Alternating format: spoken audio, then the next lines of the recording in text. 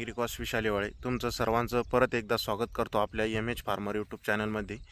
तर शेतकरी मित्रांनो, या ठिकाणी आपण टोमॅटोचा प्लॉट लॉगआउट केलेला आहे। प्लॉट लॉगआउट करून आपल्याला जवळपास साधारणतः 10 दिवस या ठिकाणी कंप्लीट झाले, 10 ते 12 दिवस कंप्लीट झालेले आहे। आणि यामध्ये काय आहे, जे काही पहिली आळवणी, दुसरी आळवणी, तिसरी आळवणी, या तिन्ही आळवण्या मी तुम्हाला यूट्यूबवर आपलं MH फार्मर यूट्यूब हे जे आहे सॉरी इन्स्टा जे आहे पेज, तर त्यावरती सांगितले आहे। तसे मी या व्हिडिओच्या माध्यमातून परत एकदा रिपीट तुम्हाला सांगतच आहे। तर मित्रांनो, या ठिकाणी आपण 3 आळवण्या या ठिकाणी केल्या। पहिली आळवणी जी काही होती आपली, तर ती मुळं चांगल्या प्रकारे सेट व्हावे, तर या ठिकाणी आपण पहिली आळवणी त्यासाठी केली। त्यानंतर 2 दिवसा बाद आपण दुसरी आळवणी केली, जे काही टोमॅटोमध्ये रोपांची मर होत असते, तर त्यासाठी आपण दुसरी आळवणी केली होती। आणि तिसरी आळवणी जी आहे मित्रांनो, जे काही टोमॅटोचा जो झाडांचा जो स्टंप आहे, तो स्टंप मजबूत होण्यासाठी केली। जी काही स्टोरेज क्षमता आहे झाडामध्ये, अन्नद्रव्य स्टोअर करण्याची जी क्षमता आहे ती वाढवण्यासाठी आपण तिसरी आळवणी या ठिकाणी केली होती।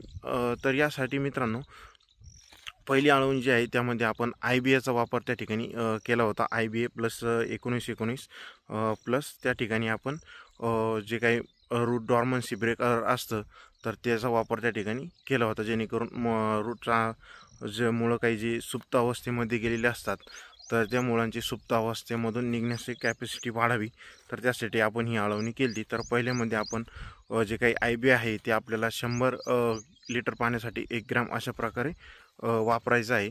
यासोबत आपल्याला मित्रांनो जे काही 19-19 विद्राव्य खत असतं, तर त्याचा वापर बघितला आपण, तर प्रति लिटर पाण्यासाठी 5 ग्रॅम अशा प्रकारे करायचा आहे।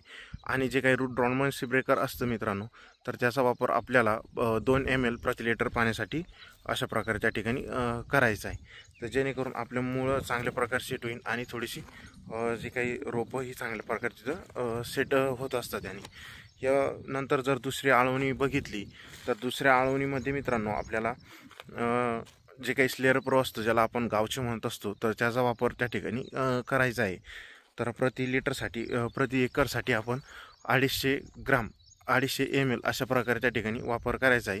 यासोबत मॅटॅक्झिल हे उत्पादन घ्यायचं आहे आपल्याला। मॅटॅक्झिल 35% जे काही अवेलेबल असतं मार्केटमध्ये, तर त्याचा वापर बघितला तर प्रति एकरसाठी आपण 250 ग्राम अशा प्रकारे त्या ठिकाणी करायचं आहे, जेणेकरून आपल्या टोमॅटोच्या रोपांमध्ये जी काही मर वगैरे होत असते, तर रोपांची मर त्या ठिकाणी होणार नाही। आणि इन्सेक्टमुळे जे काही रोपांना खोडांची जे काही मर होत असते, समजा खोडांपासून चाटलेलं असतं जे काही किडी वगैरे ना, तर ते त्या ठिकाणी होणार नाही। आणि एक स्ट्रॉंग बुरशीनाशक त्या ठिकाणी जर कधी गेलं सुरुवातीच्या अवस्थेत, तर तिथं आपला जो काही हे असतं खोड असतं, ते थोडंसं मजबूत झालेलं दिसून येतं आणि कुठल्याही किडींचा अटॅक त्या ठिकाणी आपल्या झाडावर होत नाही।